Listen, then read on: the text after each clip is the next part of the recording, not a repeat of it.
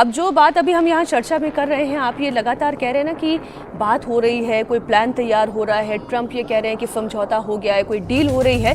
ये दावा क्यों हो रहा है और कैसे हो रहा है, इससे जुड़ी हुई खबर आपको बता दें।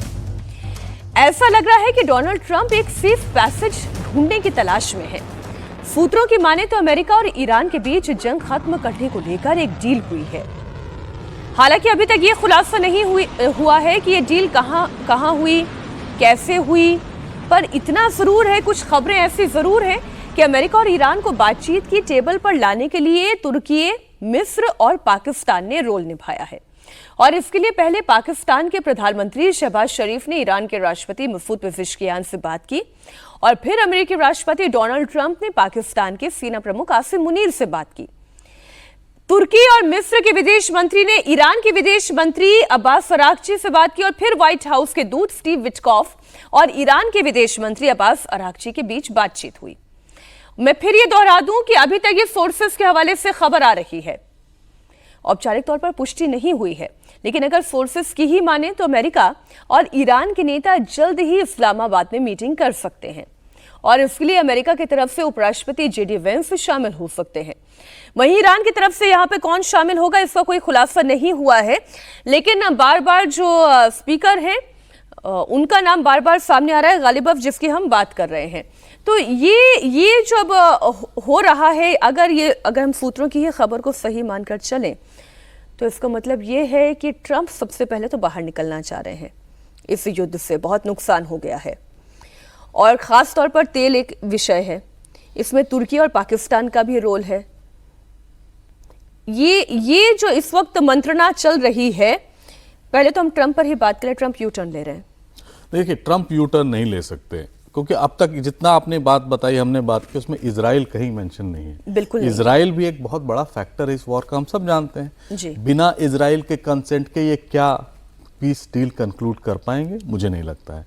अगर इजराइल मीडिएट करना इसमें भी एक खबर है सर, अब ये खबर कितनी सही है या नहीं है, इस पर और थोड़ी सी ऑफिशियल इंफॉर्मेशन आनी बाकी है, लेकिन सूत्रों के हवाले से ही मैं कहूं तो ये भी कहा जा रहा है कि इजराइल की तरफ से एक प्लेन पाकिस्तान की तरफ गया था और वो ईरानी दूतों को लेकर इस्लामाबाद की तरफ गया था। तो बहुत सारी खबरें अभी इस वक्त फ्लोट हो रही हैं। हाँ, मतलब ये कुछ र्यूमर, कुछ फैक्ट, ये सारा तो युद्ध के समय चलता ही है। और ऐसा भी हो सकता है कि मैं ये आपको बहुत अथॉरिटेटिवली बता रहा हूँ, भारत भी इन्वॉल्व हो इसमें, क्योंकि अभी आपको याद होगा फिनलैंड के प्राइम मिनिस्टर ने कहा था कि जब भी बातचीत की बात होगी तो भारत भी मीडिएट कर सकता है, क्योंकि हमारे संबंध दोनों तरफ से अच्छे हैं, हम बातचीत कर रहे हैं। और अब तक इजराइल वाला फैक्टर नहीं, वहां पर भारत भी फैक्टर इन कर सकता है, लेकिन अब तक उसके कोई इंडिकेशन नहीं आए हैं। लेकिन बात तो तभी होगी ना, 3 दिन 4 दिन हम देख लें क्या होता है। अगर नहीं होता, और जिस तरह से अभी भी गोले बारूद बरसाए जा रहे हैं, उसको देख के तो यही लग रहा है कि पाकिस्तान, इजराइल किसी भी तरह से ये कॉम्प्रोमाइज करने के मूड में नहीं है। ईरान के कमांड एंड कंट्रोल स्ट्रक्चर पे उनका कंट्रोल नहीं है, कोई कम्युनिकेशन नहीं हो रहा, सब इंडिपेंडेंट है। उन तक खबर जाते जाते भी 5 दिन लगेगा कि ऐसा हुआ है, क्योंकि इंटरनेट बंद है, उनके जितने सैटेलाइट कम्युनिकेशंस हैं वो सारे बंद हैं, वो इंडिपेंडेंटली काम कर रहे हैं। तो ये बातचीत इस समय हो सकती है कि नहीं, मुझे नहीं लगता है। मुझे लगता है ट्रंप साहब ने एक पॉज दिया है अपने गियर बदलने के लिए, वो लास्ट स्टेप लेंगे, जब वो इंटेंसिफाई करेंगे अटैक तब कुछ होगा।